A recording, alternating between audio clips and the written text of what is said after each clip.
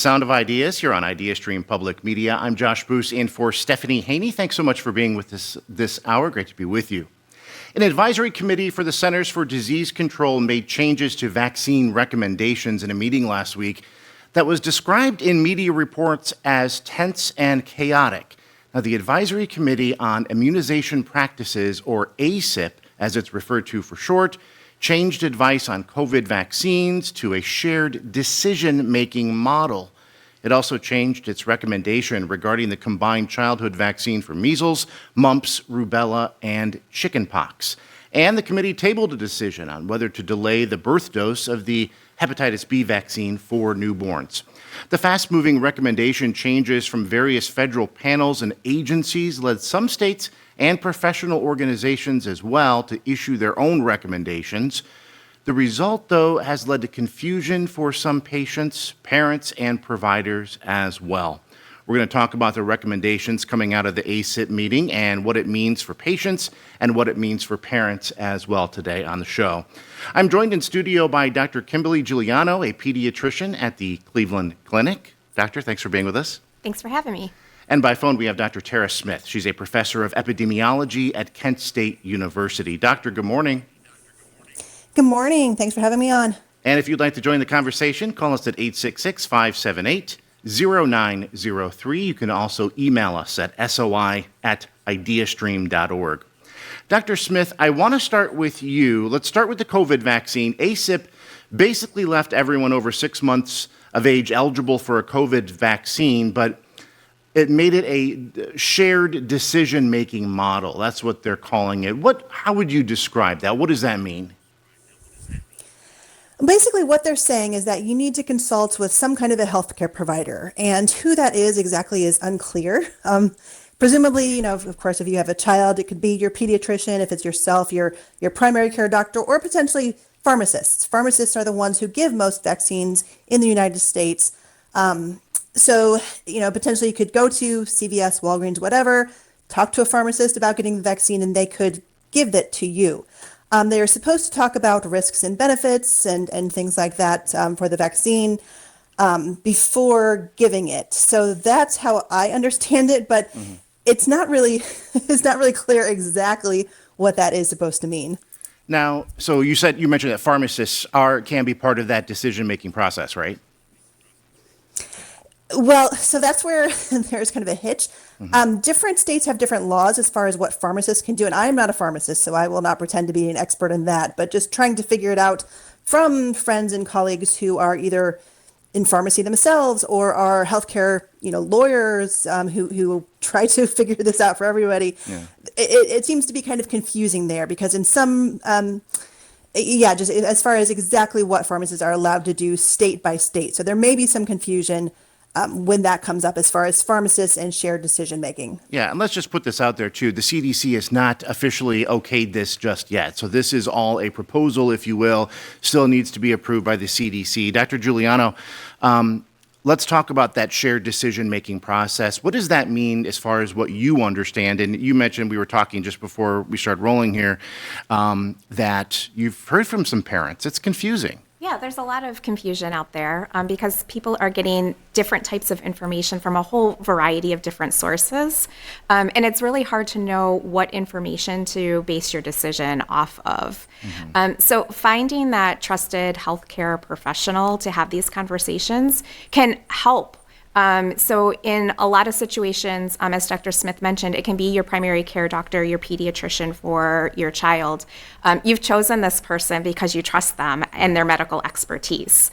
And they also then have the benefit of understanding you and your child and what your priorities are, what your health histories are, what your family's risk factors are, and help you to weigh the pros and the cons of a vaccine. What are you saying when you have someone come into your office, maybe, let's say later today, and they say, what do we do? Should my daughter get the vaccine, the COVID vaccine? What would you say? What is that process like? Yeah, so I typically will take a look at the child's record.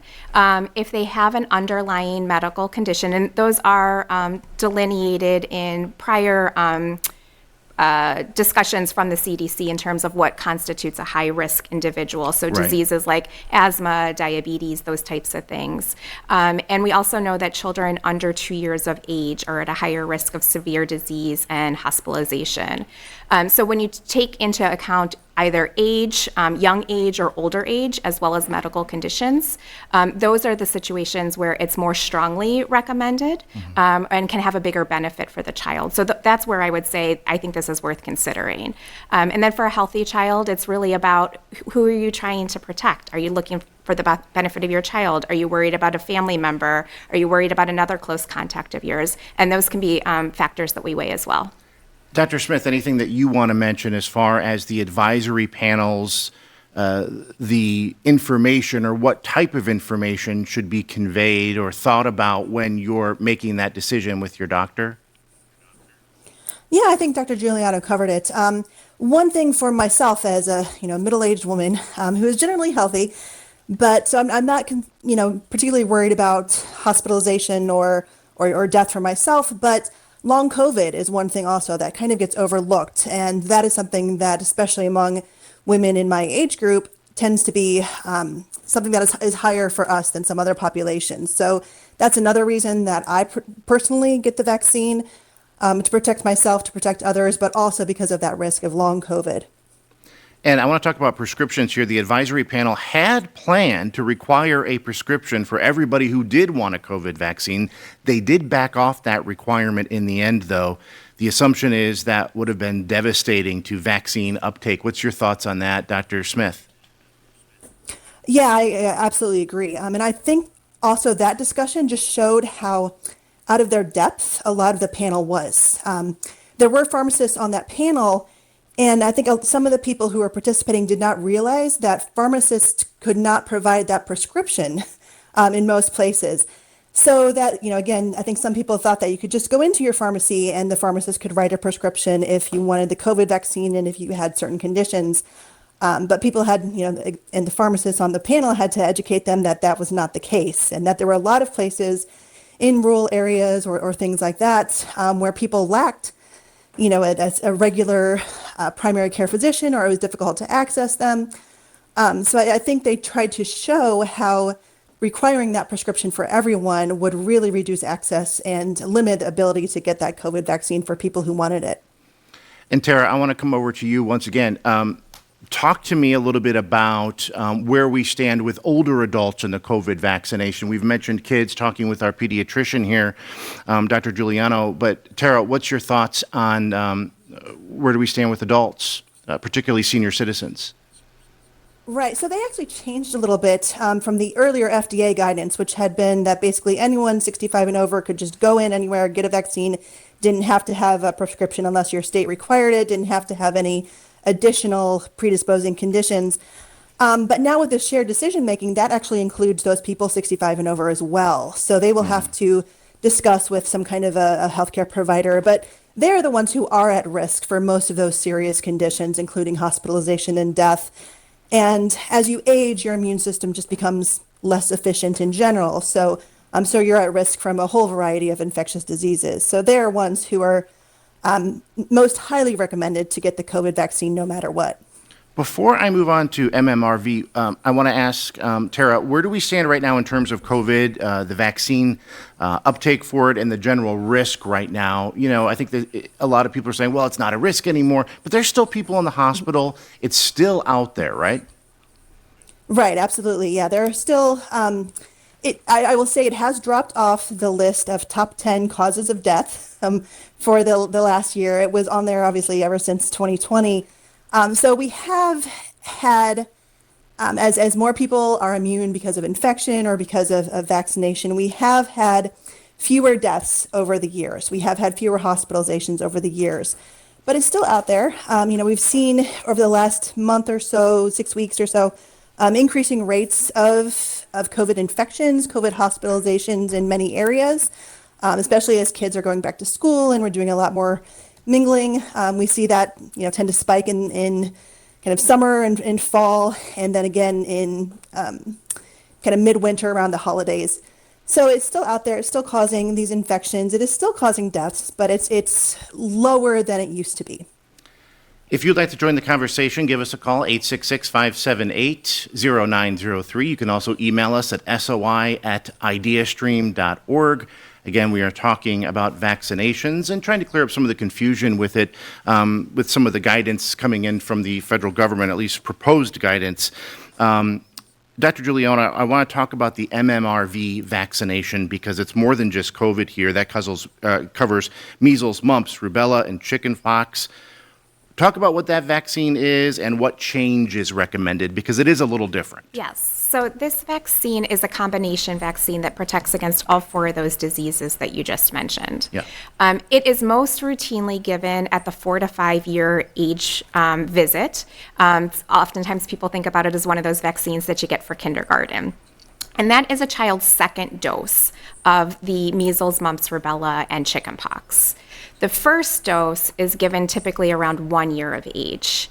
And the panel this time recommended that first year dose, under 4 years of age, that we do not use the MMR chickenpox combination vaccine, but rather we give it as 2 separate injections. So 1 injection for MMR and 1 separate injection for chickenpox.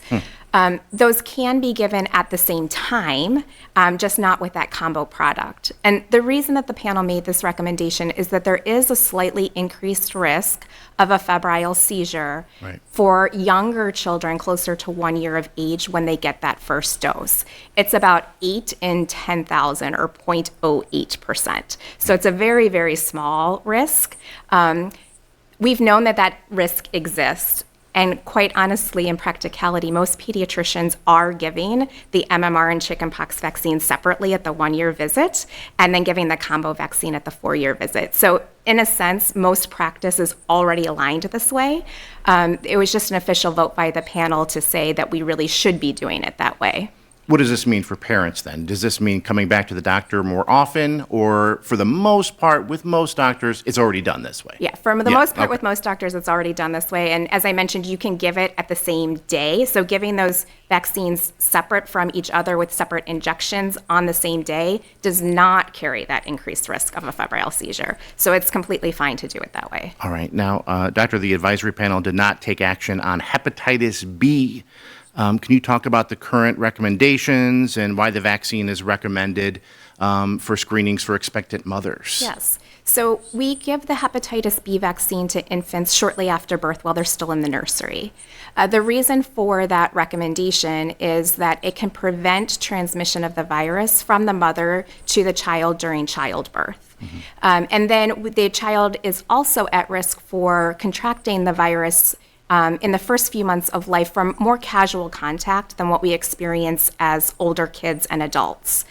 So getting that vaccine early on has dramatically reduced the incidence of hepatitis B and resultant liver failure in children since we've started giving the vaccine. The concerns that sometimes come about is that we do screen moms for hepatitis B during pregnancy. That's typically done in the first trimester. So there are several months between that negative test and the time of delivery. So it is possible that a mother could convert or contract the virus between the time she screens negative and actually gives birth. Okay. Doctor, thank you. Dr. Smith, I mentioned it briefly, but the role here of the ACIP is an advisory one, but the CDC, I think it's important to reiterate, it still needs to sign off on these, correct? This is not a done deal. Right, correct. Yeah, so this is an advisory panel to the CDC director. And right now, of course, we recently lost our previous CDC director after she was let go. So right now we have an interim director. And so it will be his responsibility to look over these recommendations and, sign off on the ones that he thinks should move forward and become policy. If we can go to a call now, I have John here from Lima. John, what's your question? Good morning. Good morning. My comment is that, the information circle isn't complete on the vaccines as far as, you can get the flu shot and still get the flu. It's not, but there's a lot of people that think, well, the flu shot, give me the flu. And in reality, they come across another strain of flu. Yeah. Dr. Juliana, do you want to take that? What's your Yeah, thought on that? Absolutely. So the vaccine for influenza does typically protect us from the main circulating strains that are out there. But no vaccine that we have is 100%. So there are times where we get the strains circulating in our community different than what's in the vaccine. And so then, yeah, absolutely, you can still get the flu. The benefit, though, that you still have is what you typically will have a much less severe course of illness. So the viruses, while they're different than each other, they share some similarities. And so you have some partial protection. And so typically, even if you end up sick with influenza, it's a much milder course. So anybody that's had it knows that if we can shorten the course by a few days, if we can prevent a hospitalization, that's definitely worth it because it's a miserable disease to have.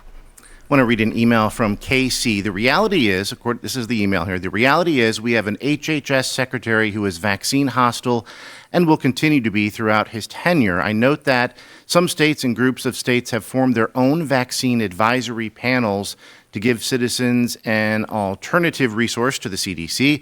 Is Ohio among these states? Is there any pushback to the formation of such a panel among Republican politicians in the state? It's an interesting point.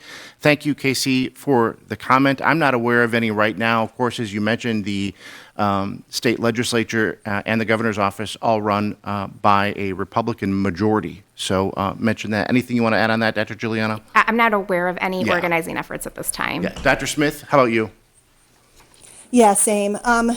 But I will say that the Ohio Department of Health has been very pro-vaccine. So they have recommended, COVID, influenza, other vaccines, as recommended previously by the CDC. So I am not too worried about our state really pushing back against any of this, but they have not joined any of the consortia. Dr. Juliana, when people come in to you, I would think that the general concern would just be the overall political aspect of things, just, at the looking down on things.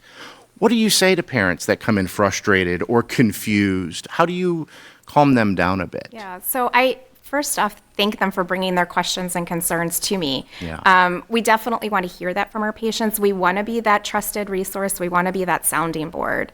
Right. And a lot of times I am able to help them understand that they still have access to all of these vaccines for their child, that we can still participate in shared medical decision making like we've done all along, right? So I tell them, we always talk about the pros and the cons of a vaccine before we give it to you or your child.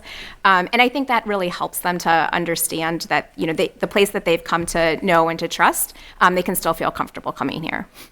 Dr. Smith, childhood vaccinations are declining across Ohio. I know I've sat in on many different press conferences with Dr. Vanderhoff, the director of the Ohio Department of Health. He has mentioned this continuously over the past year. But in Ohio, for the last school year, only about 85% of kindergartners had all their vaccinations. What are your thoughts on this? What is the risk to kindergartners and the overall general public? Yeah, it's concerning, especially for viruses like measles. So we've, of course, seen a large measles outbreak this year, not so much in Ohio, but in other states, in the largest measles year in the United States since 2019. And a lot of that is because of this fragile herd immunity. Measles is the most infectious virus that we know of, and so it really needs about 95% of people in a community to be immune in order to stop its spread. And we are seeing that breakdown all over the country, including, of course, here in Ohio. So that puts anyone who is unvaccinated at risk. It puts people who are vaccinated, but that vaccine did not take adequately. So about 3 to 5% of people who get the measles vaccine will not respond enough to protect them against infection. So when we have these rates that are lowered, and it often is kind of clustered within communities because you have, friends who tell other friends that, I didn't get my child vaccinated and here are the reasons why, and that spreads in social circles. So you tend to get these clusters where vaccine rates are low, and so immunity is low. And those are really susceptible if someone brings the virus into the community. Someone travels outside the country and brings it back, and then it can spread in these communities. So we have a lot of vulnerabilities for that, and measles is a really nasty infection, and others as well. We've seen whooping cough increased this year as well. And that's another one that is highly infectious, that as soon as you get, even a few percentage of people that don't vaccinate, that community becomes very vulnerable. So we're really looking at those two as the big canaries in the coal mine. We've already seen outbreaks of those this year. So it has the potential to be devastating as more people eschew vaccination. Tara, do you, you may not want to respond to this. I'm just curious, do you think it's going to get better? Do you think we're going to start to see more people have vaccine or get vaccines or have their children get vaccines? Or is this not going to change anytime soon? I'm worried that it's going to stay at the same rate or get worse. We have a lot of vaccine misinformation out there. People now are really unable to trust the federal government as far as evidence and information about vaccinations, which is why some of these professional societies have stepped in to try to provide recommendations and good advice and the science behind these vaccines. So I am concerned. I mean, I think, when people see these diseases, like, again, some in Texas, some, took their children to get vaccinated when they heard of children dying and when they saw what the infection could do. But unless you're close to that, you can kind of tune that out. So I am worried that it's going to take some of these diseases coming back and having people become really ill and some children dying for people to really start to vaccinate at high rates again. And again, we welcome your questions this morning, 866-578-0903. You can also email us. I just want to ask you, Dr. Juliano, one final question. If for people that are just listening in a little bit late, maybe this morning, what's the one takeaway? What's the elevator pitch, if you will, to the changes or the proposed changes that are out there for vaccinations? What do you want to get out to your patients' parents? Yeah, so the proposed changes are small changes. They still preserve your ability to get a vaccine for your child. And there's an emphasis on shared medical decision-making, which should hopefully just elevate a lot of what we've already experienced. So in the primary care medical home, we often talk about why a child's going to get a vaccine, what those diseases can do, why we want to prevent that, and what the potential side effects are. So there's an emphasis on that. And the other difference is related to the MMR varicella vaccine, or chickenpox, right. Recommended being only given as a combination vaccine at 4 years of age, and then for younger children given as 2 separate injections, so at 1 extra poke. All right. Well, very good. We appreciate my guest this morning, Dr. Tara Smith of Kent State University, and pediatrician Dr. Kimberly Giuliano of the Cleveland Clinic. Thanks so much for being with us this morning. Hoping to clear up some a lot of confusion out there about vaccinations. Thank you. Time now for a quick break. When we come back, we will talk to a visiting fellow from an institute that's going to be hosting an event tonight. Stay with us. We're talking Middle East politics after this here on The Sound of Ideas.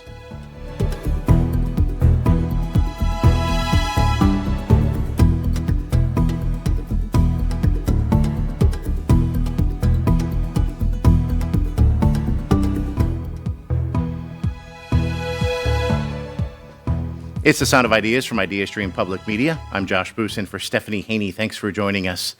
These first months of President Donald Trump's second term have given the world a look at his evolving policy in the Middle East.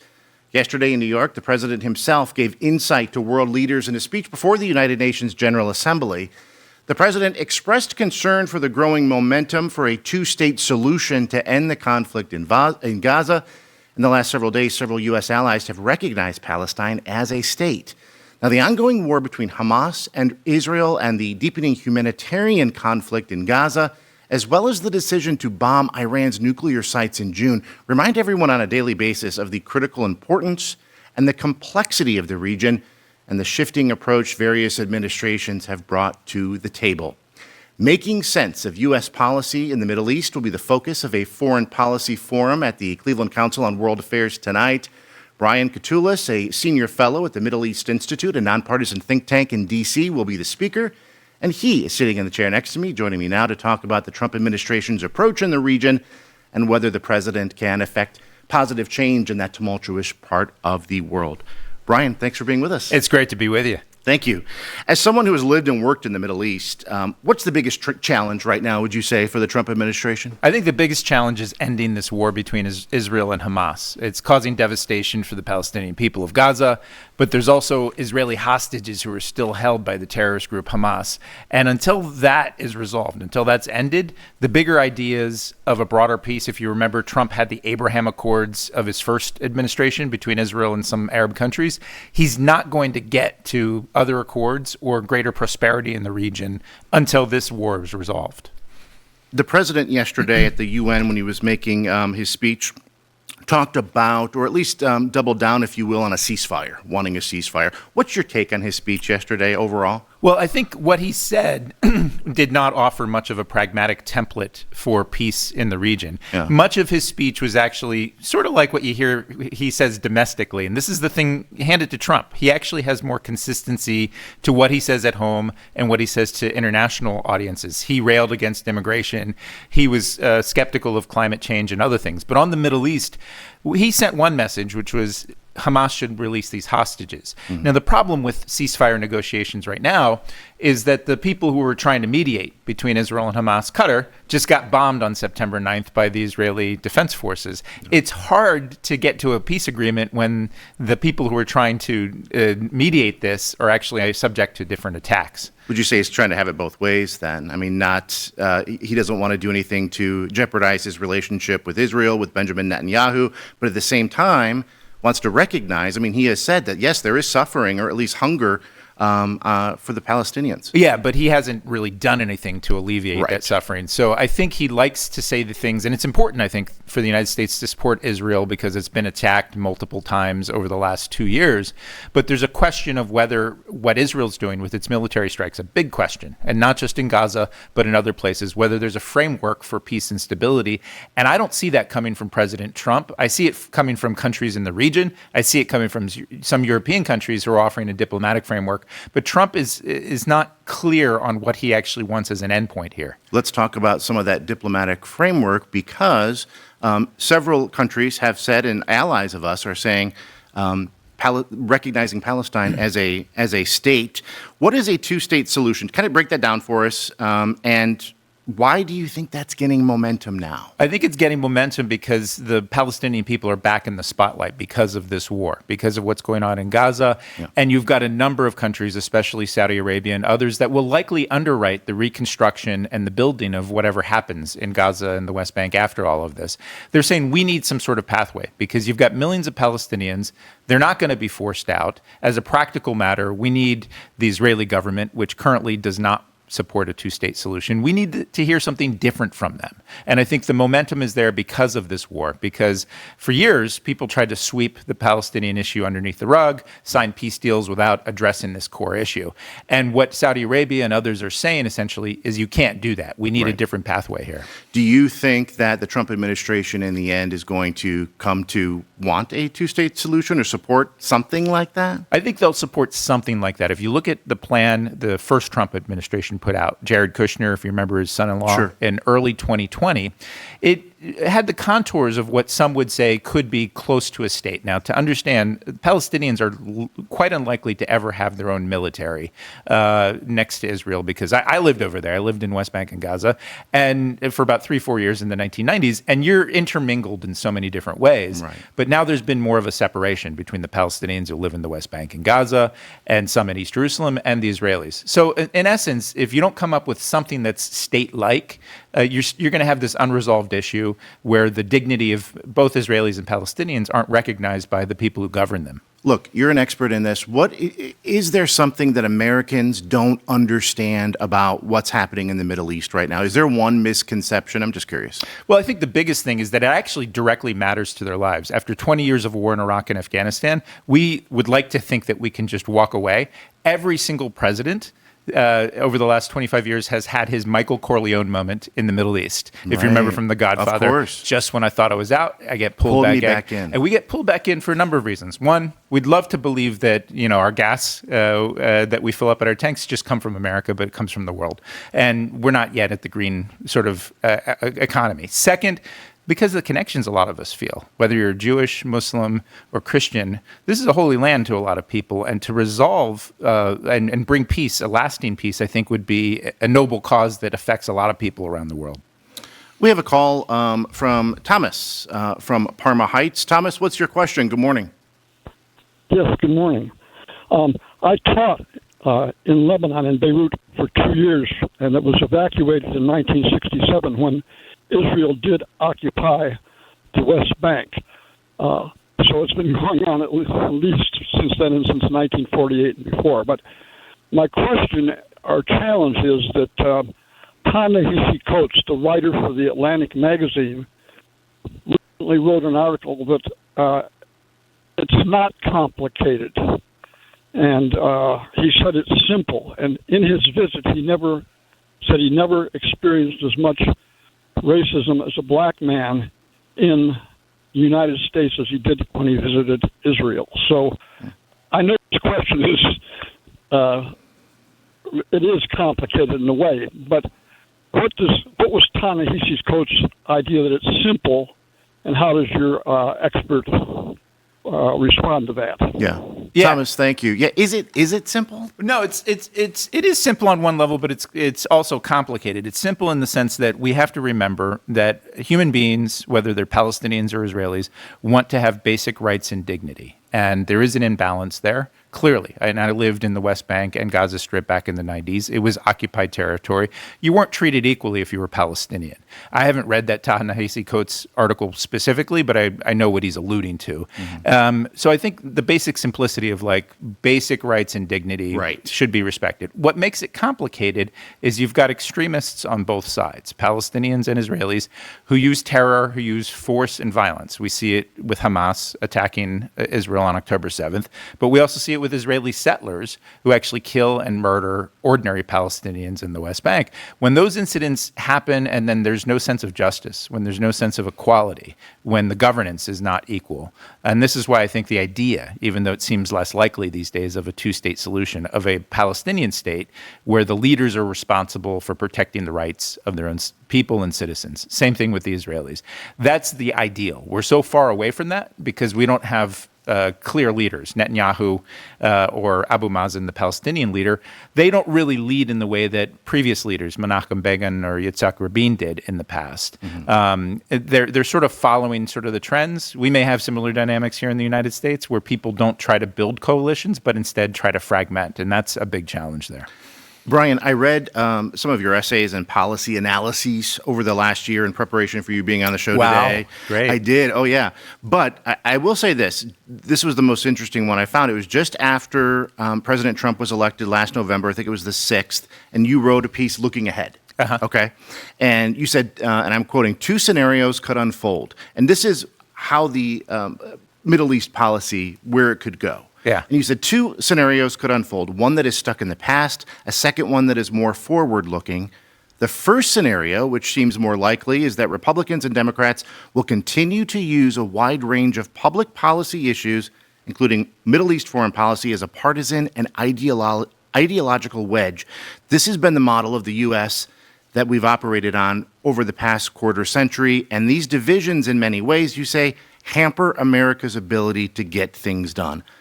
Is that where we are? I think so. I mean, what I've seen, and it's not just Trump, but it's also how Democrats react, and this is a 25-year period that we've been in, where we're our own worst enemy. The political divisions and the sectarianism that I've seen in places like Iraq have now been imported into the United States with its political leaders, and we're about to face a government shutdown next week, and government agencies will shut down. My wife works for the government; she'll be out of a job for at least temporarily. Period. And that's a product of our leaders not being willing to sit down and talk with each other. And the key thing about this shutdown that we're facing is China sees it. Russia sees it. They see and they exploit these divisions. Iran definitely exploits these divisions in our own society. And I've worked for the last 5-6 years in a variety of projects. I'm a centrist Democrat, but I'm really nonpartisan, trying to build bridges with others around the country to rebuild what I think is essential, which is a vital center, a center of moderates from the left and the right who understand that we're in a period of competition, and intense competition, and a lot of countries want to do us harm and also want to combat us economically in many fronts. But those divisions, which we're going to see on full display with this government shutdown, hamper our foreign policy in a big way. What is the answer? What would be the other option on election night looking ahead? It could be what we, are at now, partisan ideological wedge between what's happening in the Middle East. What's the other option? Well, the other option is to build a national unity government, which sounds fantastical because our media and political environment, I don't think your show's like this, in my sense, but a lot of the media that people pay attention to get people to self-select into their comfort zones. And what we need are leaders that actually lead and build coalitions on multiple fronts, whether it's immigration. We didn't have that under Biden, in my view. He didn't address the problem, so now we have a different approach. But when all is said and done, we're going to fragment a lot of the trust and confidence that we have in our own communities. And I think the better option would have been if Trump actually, we used to do this when I served in the Clinton administration. We had Republicans. We had a Republican defense secretary who was a Republican senator and build these coalitions so impossible. I can see from the look on your face, it goes against the grain of our media and political culture. But unless we actually wake up to that reality, we're going to be looking like Israelis and Palestinians, unfortunately, I think. I don't think it's going to get that violent and bad, but we're actually going to continue to tear ourselves apart socially and politically in ways that harm our own self-interest. That goes into a question that we have coming in from Francis in Columbus. Francis, what's your question today? Oh, I'm sorry. I didn't know you were referring to me. This idea between Palestine and Israel, is this going back all the way to the Bible? That's a good question. Yeah, what's the history here? Well, the history is complicated, and yes, parts of it do go back to the Bible and it's still alive in the minds of many people, including political leaders, whether it's Palestinian or Israeli. But the real issue today is about power and whether the leaders of the different entities, they reference religion. Religion is a key part of the holy city of Jerusalem and the shared faith and things like this. But in essence, politics is about power. And what we see in Benjamin Netanyahu, the Israeli prime minister, he wants to hold on to power. He's boxed in by some of the more right-wing extremist voices in his cabinet. Those people have a belief in a greater Israel. They want to push Palestinians out of the West Bank and Gaza. And then there's a contrary trend on the other side. There are Palestinians and then some Arabs who want to do the opposite to the Israelis. Right. But they're not the moderate middle. I think the vast majority of people understand, and I lived over there. I talked to them. Even people are being bombed today. Friends of mine who are being moved out of their homes in Gaza City, they understand that they've got to live and let live at some point, but they need leaders that actually get them to that point. Why don't we hear from them, I wonder? Well, you do, right? If you pay attention to the news or like if you're a specialist like me.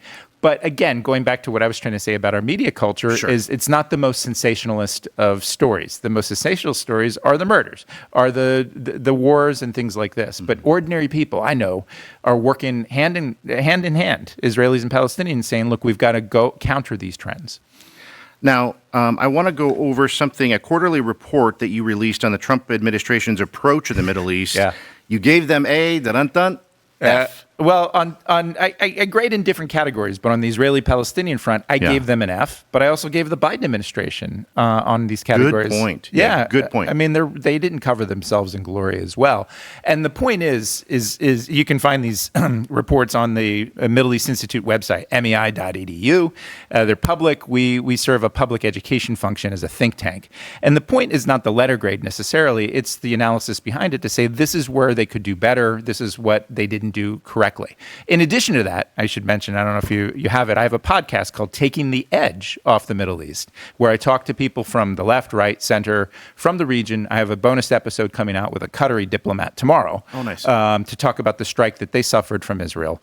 But the tone of it is different and trying to move beyond sort of the frameworks that we have today. Whenever we do shows like this, I know, or even just news stories, this is a complex issue, especially because we have a large Jewish and Palestinian populations. What is this doing, do you think, to these communities like Greater Cleveland and others across the country? It's instilling a lot of fear and distrust. And also, I know Arab friends, Palestinian friends of mine who live in this country who've lost many family members in this war. I have Jewish friends who feel under siege. There's been a rise in anti-Semitic attacks. I live in the Washington, D.C. area. A couple of months ago, we had two young friends of ours from our community who worked at the Israeli embassy who were gunned down by somebody who was screaming, "Free, free Palestine." These were young people about to start their lives, were about to get engaged to be married, and they were killed at an event that was about giving aid to Palestinians in Gaza.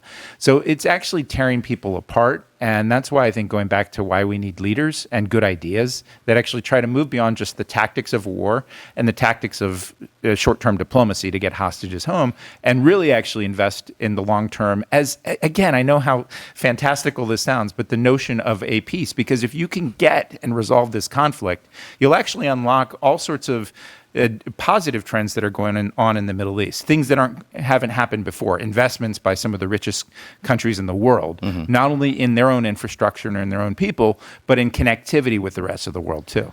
Tom just emailed one of our viewers here. Tom says, I viewed the conflict between Israel and Palestine since October 7th with the following lens. Israel wants the Palestinian land without the Palestinian people on it.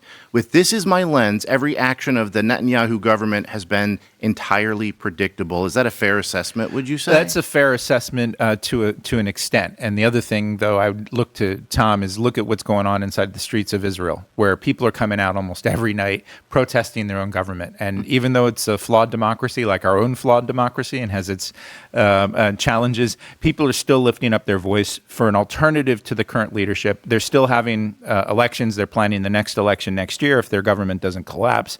So yes, in essence, the strategy that I think has been in place, it's a bit more muddled than people describe, but in essence, Netanyahu has been clear he is against a two-state solution, and that's the interesting dynamic to watch, is that the real center of gravity in this discussion in the region among the power brokers is they're in favor of a two-state solution. So how this resolves itself diplomatically and politically will be interesting to watch. One of the grades, I want to switch gears a little bit to Syria, because one of the grades that you gave the Trump administration for Syria was higher. Talk a little bit about what they did right. Well, look, Syria for decades was under the fist of the Assad regime, a very autocratic regime. They had a civil war for more than a dozen years or so. December of last year, a group rises up and throws that government out of power. That group happened to be led by a man named Ahmed al-Shara, who is the de facto president of Syria. Yesterday, our institute, MEI, hosted him in New York on the sidelines of the UN General Assembly. We had a big event with him. He's a former jihadist. He's got the long beard. He fought with Nusra Front and different groups affiliated with al-Qaeda, but he's evolved. The reason why I think Trump and his team got better grades is that they pragmatically recognized that there's been a shift inside of Syria, that we need to lift sanctions, and Trump himself in May met the leader, Ahmed al-Shara, and said he was an impressive man. We're not going to do much there. I mean, we still have troops in parts of the northeast Syria that are fighting ISIS, but it's mostly unleashing the potential that Saudi Arabia and others with their riches can actually help the Syrian people address their economic issues, and by lifting sanctions and doing other things. We're not likely to do what we did, and thank heavens, in Iraq or Afghanistan, try to own that situation, but we're encouraging others to pull their own weight, and I think that's a very positive thing. Got an email from Marvin here. Marvin says, your guest hit an important point in his comment that he's really independent rather than democratic. And I noticed that too. Yeah. Centrist Democrat is what you say. Personally. Right. Yeah. I think a lot of people support one of the two big parties because they feel like they have to, even though they don't really agree. Again, this is an email from Marvin. Yeah. This has contributed to outsized power that keeps flipping back and forth. Yeah, it's the pendulum swing. And again, I think, and I know we're talking about Middle East policy, but I think politics in America affect this. And I don't think the divisions are red versus blue or Republican or Democrat, especially in foreign policy issues. The big shift, I think, challenge is clowns to the left of me, jokers to the right. I actually think there's a lot of people who lift up their voice in ways that actually are offensive to the other side and don't try to build coalitions. And what I find is that my last book project, I was at before I came to the Middle East Institute, I was at a place called the Center for American Progress, which is on the center left. But my last book project was with a group called the American Enterprise Institute, which is on the center right. And some of these people are, even though we disagree on certain policy issues, they're some of my best friends, and they believe in America's purpose and leadership in the world. And that's where I think we need to have more of these conversations on programs like this, but like what we're going to have tonight with the Cleveland World Affairs Council. Yeah, So. talk a little bit about that. So what's that conversation going to be like? Look, I'm happy to be hosted here by our friends, and I'm going to talk for about 20, 30 minutes, but it's going to be a conversation and see what people who come from the community. I know some of my friends here, former Foreign Service officers and others, are planning to show up. It'll be an informed conversation and a discourse, and I do this probably 2-3 times a month, get outside of the D.C., New York bubble. I love it. I love it so much. I love it also that I was at the baseball stadium last night and saw your team win. It's so awesome. Big win. Big win. And it gives me a sense of just the smart sort of intelligence and decency that's out there in America. People are interested in these issues, as complicated as they are. And more or less in these conversations, I had a similar one last week in Nashville when I got outside of our bubbles, is that people actually know even better than some of our so-called experts do, like me. Right. And you learn a lot along the way. So it's a dialogue in addition to a bit of a presentation on how I see things. So. Kind of dovetailing off what Marvin emailed us about division, really. Yeah. I mean, how does our division in the United States of America play into international politics, particularly in the Middle East? Easy peasy. So, like one example of this, do you remember the Iran nuclear deal that President Obama had Sure. in 2015? Well, the Iranians, as well as other countries in the region, saw how divided, and Republicans were so opposed to it in so many different ways, and then Trump pulled out of it. These pendulum swings, which you talked about, Josh, these are exploited by different countries, and they do it in our own communities. I mean, China, Russia, and others, they actually get into our social media streams with bots and other things and foster this hatred. So last year, if you remember, during this awful Gaza war, which is still ongoing, campus protests and things like this that were quite, I think, in some cases turned violent against some people and different communities. The director of national intelligence at the time, Avril Haines, issued a public report and said, essentially, countries like Iran have been investing in actually stoking these divisions even further. So that when people see these divisions, and I'm not saying we need to agree on everything, what I'm saying is we need to actually respect each other's views and understand that we're all Americans, and that the best sort of dialogue is not to say, well, I hate my, and this is how we got to the things like we saw with Charlie Kirk, and God bless his widow for saying, I forgive. I mean, I don't even know if I could do that, right? But that's the sort of spirit that we need to actually turn to when we're in our own debates with people who say, well, I don't agree with you, Brian. You're too pro-Israel or too pro-Palestinian or something like this. But instead of walking away, you have that dialogue. You got to, and that's what it's really hard to do, because you got to check yourself, and it's not only what you know, it's sort of I think the attitude that when someone comes at you with a different view, with listening with respect. And the key thing for me, and why I love this podcast that I'm doing called Taking the Edge Off the Middle East, is that I listen to people who I fundamentally disagree with, and I have as guests on the program. But we call it Taking the Edge Off the Middle East, is if they drink, we have a glass of whiskey or a wine, and it's a different sort of tone, just to try to dial it down a little bit, but not make it soft or simplistic or some sort of muddled middle, but just more enjoyable, actually, and interesting. I have to admit, I had a little bit of brandy last night as I'm looking through all of your materials. You know, but it's there's so much to it. It's so complex. It's so nuanced. Yeah. You did mention Iran. I just a quick question on that. The U.S. bombed their nuclear facilities there back in June. Yeah. How much of a departure was that, would you say, from past policy, and where do we go now with Iran? It was a huge departure in action, not in word, because successive administrations said, we'll use force to prevent Iran from getting a nuclear weapon. Here's the problem, Josh. Iran still has highly enriched uranium. Iran is refusing to sit down in negotiations with us. So the issue is not fully resolved. They're down, and big damage was done, but it wasn't taken out completely. And when I look at what happened, for instance, with North Korea, if you recalled, President Trump in his first term said fire and fury and all these threats. And then a couple of years later, he's sitting down, and then they have a bromance with a pen pal relationship. Did not resolve the nuclear questions. And in fact, North Korea's nuclear arsenal grew, and its ability to strike, including striking the continental United States. That issue's still there. We're not talking about it. And that's the challenge I see with Iran, is that they still have the material. They still have some will, if they want to drive towards a bomb, to do that. And I don't know if you saw last week, this was big news in the Middle East. Saudi Arabia and Pakistan actually signed a pact to give Pakistan's nuclear umbrella and security of that umbrella to Saudi Arabia. That's a huge shift. Pakistan has more than 100 nuclear weapons. And anyone who thinks that the Middle East is complicated right now, a Middle East that's in the middle of a nuclear arms race, it will be a very dangerous scenario.